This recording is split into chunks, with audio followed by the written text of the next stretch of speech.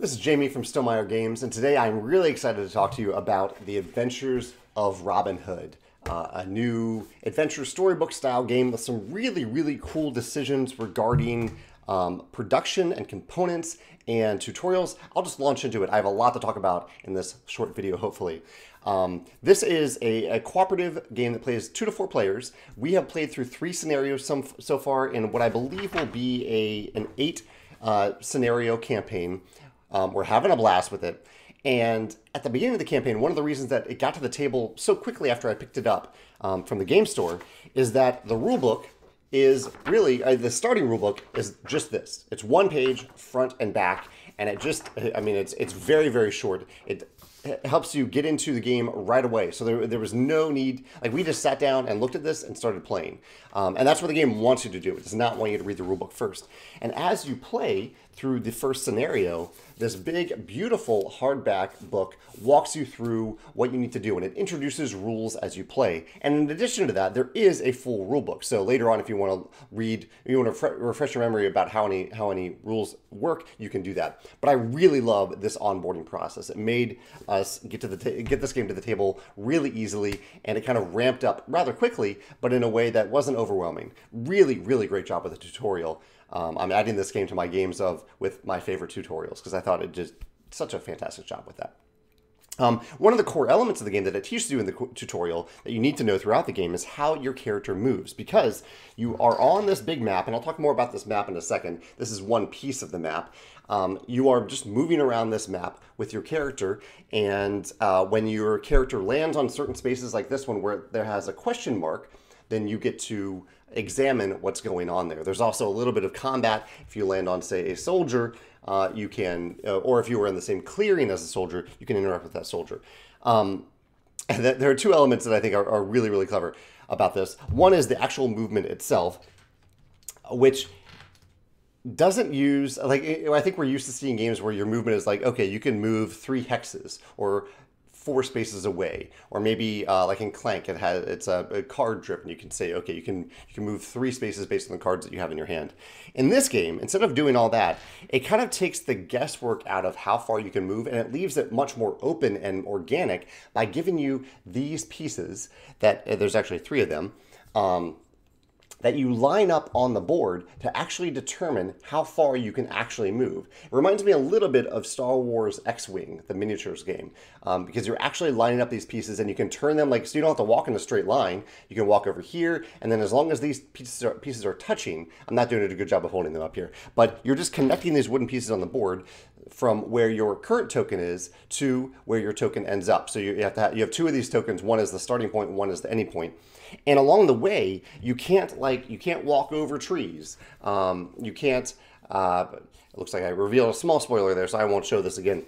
But you can't walk over trees. You can't walk over the castle. You have to walk around on like the grassy areas. The second part of this that I think is really cool is that the board is divided into light areas and dark areas. And they're essentially clearings. If you're in the shadows, if you manage to stay in the shadows, then whenever a soldier shows up, they don't notice you because you're over in the shadows. And so there's this other element of moving around where you're trying to move as far as possible to get to where you want to go, to say one of these question marks, but you don't want to move out of the shadows if possible, because you don't want to be surprised by a guard who's there to attack you and confront you. So this idea of sneaking around in the shadows using these wooden pieces to determine where you can move and exactly how you can move is really cool. And on top of that, if you avoid using your longest move piece, you gain a strength token, which segues into the other mechanism that I wanted to talk about, which I think is very thematic. Like you haven't exerted yourself or overexerted yourself by using this piece, so you gain a strength token. That ties into the bag building. I won't go too deep into how the bag building work and the kind of the skill check mechanism in the game, but the thing that I wanted to highlight in the bag building is that there will end up being multiple types of tokens in here, but early in the game, there are 2 types of tokens. There are these big circular tokens, and there are cubes, and they all go in the same bag. And when I heard that at first, I was like, oh, why didn't they include separate bags for different types of tokens? And they could have, but there's no point in doing that. This was a clever consolidation of components, because when you're feeling around in this bag, if the game tells you to pull a circle out, you can easily feel which ones are circles and pull them out. If the game tells you to pull a cube out, you can easily feel around and determine which ones are cubes and pull them out. So they consolidated all these tokens into one bag, which I think is really clever. If you have tokens of very distinct shapes, throw them in the same bag instead of having a different bag for each shape. There are a couple things that I like about this mechanism too, about what goes into the bag. One is these tokens come out. So when it's a turn, when you're trying to determine whose turn it is, you draw one of these tokens out and determine whose turn it is. So this is Robin Hood's turn. Robin Hood will go if we'll draw the circle. Into the bag are also an increasing variety of tokens, one of which is the red circle, which means a bad thing happens. And so I really like this event system. It reminds me a little bit of Aeon's End in that there's no thing in the game that says, okay, after every turn, a bad thing happens. That can end up, I don't know, that doesn't feel good to me necessarily in cooperative games, this type of cooperative game where you're like, okay, you know something bad is going to happen every turn. Like, that's not fun. But in this game, bad things do happen. Here's the red token, but you don't know exactly when they're going to happen.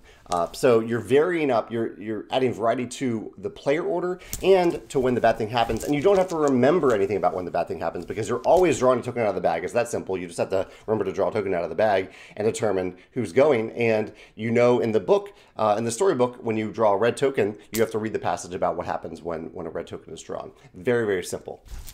The other little thing here that I like about the skill test system is that you're always drawing a few cubes. So you're always drawing 3 cubes for a skill test.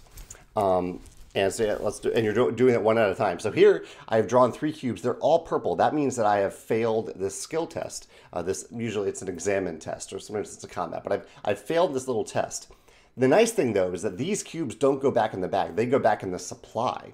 So I can think of a few other kind of deck building, bag building games where these would go back into the deck or back into the bag, but I really like they're removed. So even though I feel maybe a little bad because I didn't accomplish the skill test, I failed, I've made great bag progression here because I know that now it's much easier for me to draw a white token the next time I embark on a skill test or combat. A much greater chance of trying that. So I really like that the tokens are removed from the bag. And it actually means that like the ideal outcome of any skill test is that you draw 2 purple tokens in a row and then a white token. So then you're removing 2 purple tokens and the white token, the success token. But it's now out of and part of that skill test, you've removed 2 tokens that you never want to draw. I've completely skirted over one of the biggest, coolest functions of the game, and that is that the entire board is one big advent calendar in that these tokens pop out. Let's see if I can do it right here on the fly.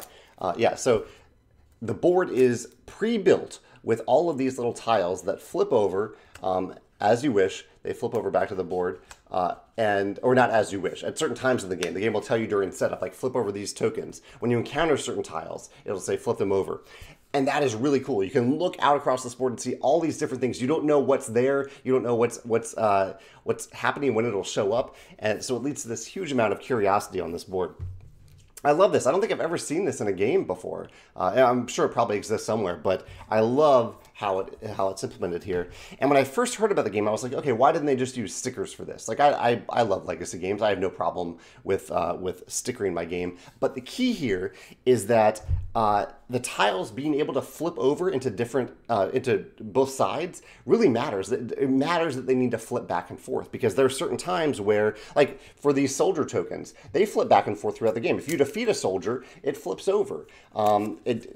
At certain times of the game, soldiers may show up or go away, or they're called guards, I think. They show up and go away, so they need to be able to flip back and forth. There's even more than that I don't want to spoil, but there are lots of tiles where it matters that one is flipped over now, and then it might even say, okay, you flip over this tile at this time, also then go across the board and flip over this other tile, and you'll see how they're thematically connected. So it's really important that they can flip over, that they aren't stickered. I think that was a really, really clever innovation. The last thing, yes, obviously I've talked about a lot here. The last thing I want to mention is that I love games where you actively get to use your eyes. So you're not just kind of guessing at what you might do on this board. You're really looking closely at this board to say, okay, that looks like this. I think that is this thing, and that matters for what we're looking for right now. I don't want to show you the board too closely again so that you don't spoil anything here, but it's just there are little hints in the art all over the board about the things that you need to do in any given scenario. And I love that. I love when the art isn't just superfluous. It's there for a reason. And artist and designer Michael Manzel did a wonderful job at the art on this game to accomplish that goal. As you can tell, I'm loving this game. I'm really excited about it. Lots of innovations in a very simple game. Like the mechanisms are showing here that they don't need to be complex to give you a lot of interesting decisions and a lot of things to think about. I'm really impressed with what Michael Menzel did with The Adventures of Robin Hood. Yeah, those are my thoughts. If this reminds you of anything that you've seen in any other games regarding, I don't know, movement or bag building or the advent calendar style of this or the tutorial, I'd love to hear your thoughts in the comments below. Or if you have a different favorite mechanism or a favorite mechanism you want to talk about more in this specific game, talk about that in the comments below as well. Thanks.